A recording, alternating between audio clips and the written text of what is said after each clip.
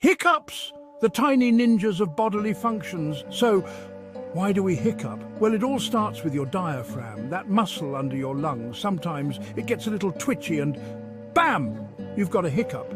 But what causes these twitches? Eating too fast, gulping down fizzy drinks, or even a big burst of excitement can set them off. It's like your diaphragm throws a tiny tantrum. Need a quick fix? Try holding your breath or sipping some water slowly. These tricks can help reset your diaphragm and stop the hiccups.